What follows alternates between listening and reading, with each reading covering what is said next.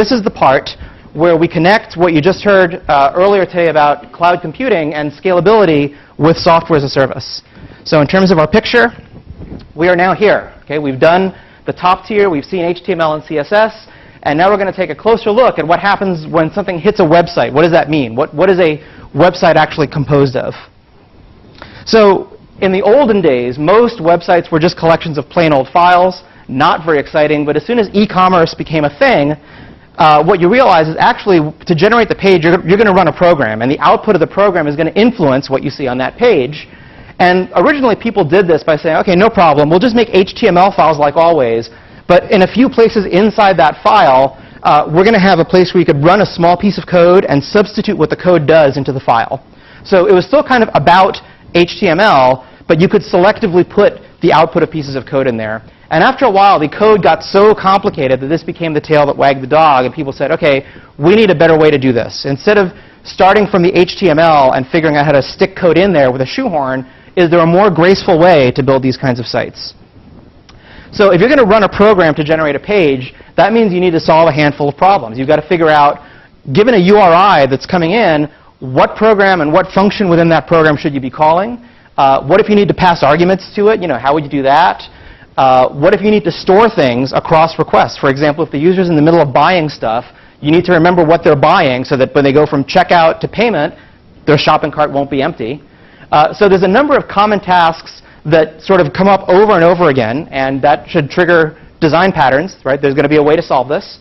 One of the patterns that arose to handle this is, well, we can actually divide these responsibilities up into three kind of big categories. And they've come to be called the three tiers of the three-tier architecture. The presentation tier is the thing that actually interacts most closely with the user, right? Presents content back to the user. That's going to be a web server like Apache.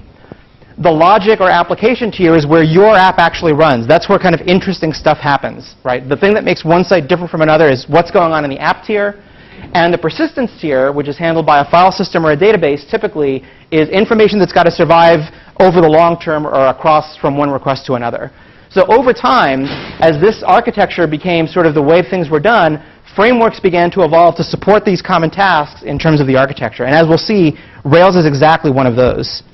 Now, this same architecture, surprisingly, applies whether you're developing on your own machine or whether you're deploying to the cloud, right? If you're on your own machine, you might be interacting with a local web server, and we're going to use WebRick in our exercises and stuff.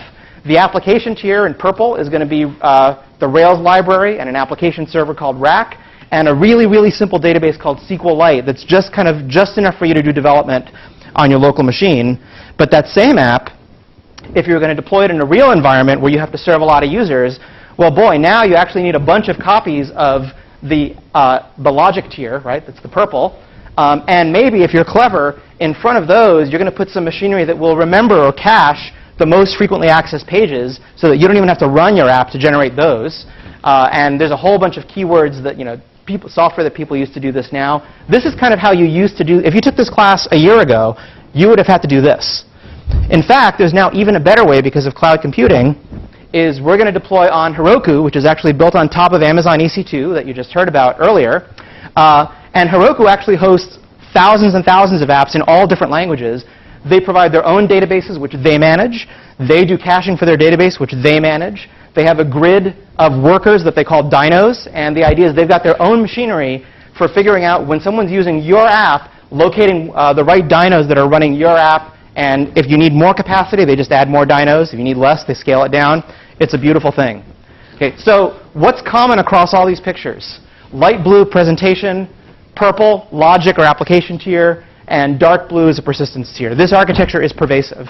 Now, why is this important relative to cloud computing? When Dave talked about cloud computing, he pointed out one of the advantages was that, in principle, you can add and release machines on demand as you need them.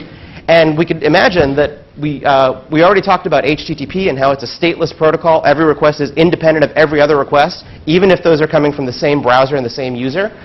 So you can see how that's a useful property, because in each of these three tiers, in the web server tier, well, we can just add more web servers if there's more demand. We could also add more machines in the app server tier. And you might ask, well, why would you actually need two separate tiers to do that? As it turns out, the amount of work that a web server does per request usually is a lot less than the amount that the app server does per request, right? Because remember, the web server is really just dealing with the connections to the different clients, but the app server is running all of the actual code of whatever your app does. So it's not uncommon that, for every web server computer, there'll be several app servers to sort of soak up the load. Where it gets a little bit trickier is in the persistence tier. And for reasons that are described somewhat in the book and that we'll come back to when we talk about some more advanced topics, you can't just replicate your way out of scaling the database out. You can't just create many copies of the database, even though from a capacity point of view, you really wish you could do that. So what do people do instead, given that the database sort of quickly becomes the bottleneck?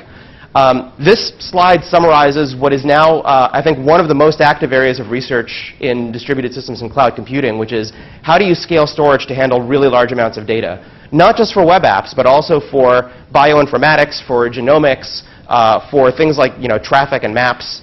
So there's a couple of different strategies, and typically any given site is going to use some combination of these. One of them is called sharding.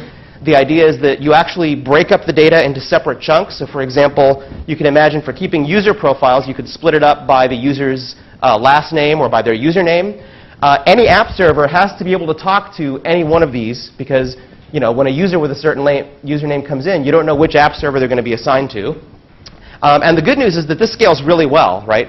The more load you have, you can make the partitions smaller and smaller and just have more and more of them. But it turns out that if the operation is something other than look up a user, then it gets really bad because now an operation has to touch more than one storage container. On the other hand, you could say, okay, well, we'll just make multiple copies of all the data or copies of large chunks of the data. And that means that when we have to touch multiple different tables, those queries will be fast. Unfortunately, it turns out that doing a write to a database typically takes much longer than doing a read. So when you do a write, whichever one of these three you write to, eventually what you wrote has to propagate to the other two, and that takes a finite amount of time. You could do a lot of engineering and bring that time down to sort of hundreds of milliseconds, or in some cases even less. But for example, Facebook for a long time had this issue that if you did a wall post, somebody on the opposite coast might not notice it right away because the data takes a certain amount of time to propagate from one of their servers to the other. And for a while, I don't know if they still do this, but they actually were addressing this problem by whenever you did a write, you would be temporarily pinned to the one and only copy of their data center that accepted writes. And for a couple of minutes, everything you did, even your reads, would go to that copy because then everybody could, you could immediately see what you just updated. After a while, you'd be flipped back, and the idea is that it was enough time for whatever you did on the primary write server to have eventually propagated over to the secondary server. So again, we're not going to try to solve this problem in this class, although great project, right? But this is a really, really active area of R&D in cloud computing, and there's a great quote that I think we used in the book from an engineer at Heroku, who, their whole business proposition is, we will scale your app for you. And he says, I often get the question, how do you guys scale the Postgres database? And he said, the simple answer is, we don't. I could tell you about how we do sharding, and we have database caches, and we do all these clever engineering tricks, but at the end of the day, relational databases have a limit on how far they can scale. And at some point, if your app becomes big enough, you end up having to confront that directly. It's not likely your projects will become quite that successful by the end of the semester, although that would be cool. Okay, so to summarize, what we've seen for kind of Web 1.0 and how it evolved software as a service, we've seen that a browser requests things using URIs. Those are transmitted over HTTP. In the SaaS world, a URI is really a way to run a program more than a way to fetch a thing. HTML and CSS are used to encode what you see. Cookies allow the server to track a client because the client is responsible for making sure that any cookie that it gets from the server is provided whenever that server is visited again. And usually what the cookie does is it includes enough information to let the server dig up a little packet about you that it has stored since the last time you were there, which is why some sites just don't work if you turn cookies completely off. There's no way for it to track that it's the same person coming back to subsequent page visits. And all of these abstractions are so common across all SaaS apps that frameworks like Rails and others have evolved to sort of make it easy to use these without dealing with a lot of the details directly.